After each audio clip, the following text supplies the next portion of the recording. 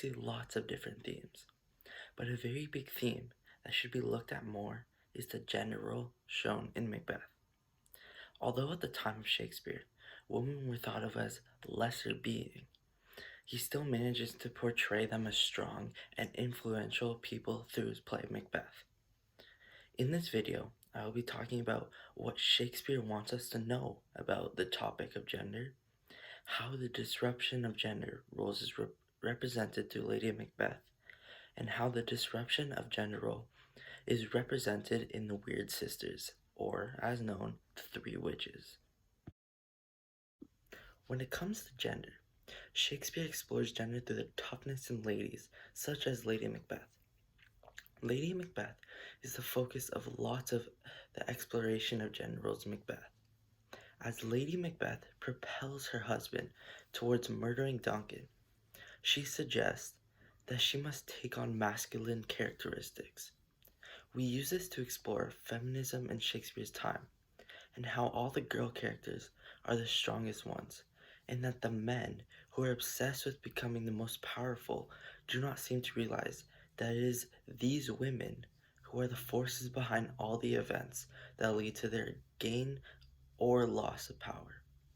We also use this to explore ourselves of the way women and men were back in Shakespeare's time, and how the equality between them wasn't the same as today. Now, to bring you guys a part of my presentation, here is a question about Macbeth. Which character in Macbeth is often considered the most powerful and strong-willed female in all of Shakespeare's plays? A. Hecate, B. Lady Macduff, C. Lady Macbeth, or D. One of the witches? Correct, good job. It was Lady Macbeth. Lady Macbeth is arguably Shakespeare's strongest female lead. The ruthlessness she shows on her quest for power goes beyond all expectations of a woman in that time. Alright, on to the next part. Alright, we can see the gender role in Macbeth through the character of Lady Macbeth, as I said. Gender is shown through the way Lady Macbeth takes on the dominant role of her and Macbeth's relationship. You can first see this when Lady Macbeth is forced to take on the masculine characteristics towards her and Macbeth's plan to kill King Duncan, because Macbeth is too scared to commit the murder himself at the time. We can see that Lady Macbeth is more assertive than Macbeth when Lady Macbeth is plotting her plan to kill Duncan. She immediately rejects her expectations of her own sex and doubts Macbeth's manliness. You see this when Lady Macbeth states her unsex me. Come, you spirits that tend on mortal thoughts, unsex me here, and fill me from the crown to the toe top full of direst cruelty. What a great quote. This shows that Lady Macbeth wants the spirits to replace her milk with gall, a substance associated with anger. Milk, of course, is what a female uses to feed their own children. This also shows that the reason Lady Macbeth wants to be unsexed of her own feminism is because she does not want to act or think like a stereotypical woman of Shakespeare's time. Instead, she wants to be tough and powerful, aggressive and unyielding, qualities related to men instead of women. In the time of Shakespeare, she wants to be ready to kill the king, to keep her resolution to do it, and she fears that her nature as a woman could prevent her from doing so. You can look at this text through a feminist lens, as in back in Shakespeare's days, men were on top of women, meaning men were the ones that went to war, that battled and died for their country, while a woman's only job was to create more men and sit at home and watch their own child.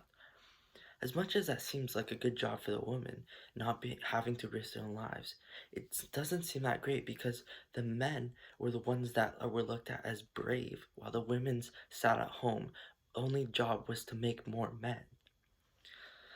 Lady Macbeth proves the real strength of a woman when she decides to take matters into her own hands in killing Duncan. She shows us that women don't need the protection of a man, but they need to be taught how to protect themselves in situations. Women in Macbeth have to mask their femininity in order to get power. Lady Macbeth is initially very successful at rejecting femaleness. She is in control of her own and Macbeth's actions. Some people have come into conclusion that Shakespeare was actually a woman and that she had favored men over women, which doesn't seem that good. Which shows us either that she is telling us actually how women were treated back then, or that she or he made this book more biased towards men. The gender role is also represented in the Weird Sisters, known as the Three Witches.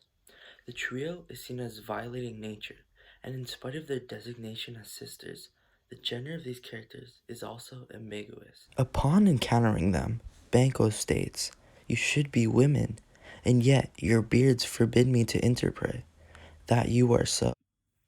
This shows the confusion towards Banquo, because the witches should be women, but they have beards. But when writing this book, Shakespeare uses their facial hair to symbolize their influence in the affairs of a male-dominated warrior society of Scotland. Critics see the witches and the questions of their gender as a device Shakespeare uses to criticize the male-dominated culture. The story Macbeth, written by Shakespeare, is shown through the perspective of which Shakespeare uses Macbeth to show the terrible effects of ambition and guilt. The book was written in 1606 in Scotland by Shakespeare himself. Shakespeare had written Macbeth as a tribute to King James I, who became king a few years before the play was first performed. Shakespeare had also wanted to caution against abuses of power and the instability which follows from political violence. In conclusion, Shakespeare has written amazing books, but has left out the part of equality between the men and women. Shakespeare has shown us how powerful men were, but also how powerful the women had become and their participating role in the big events that really affect the big characters like Macbeth and Banquo.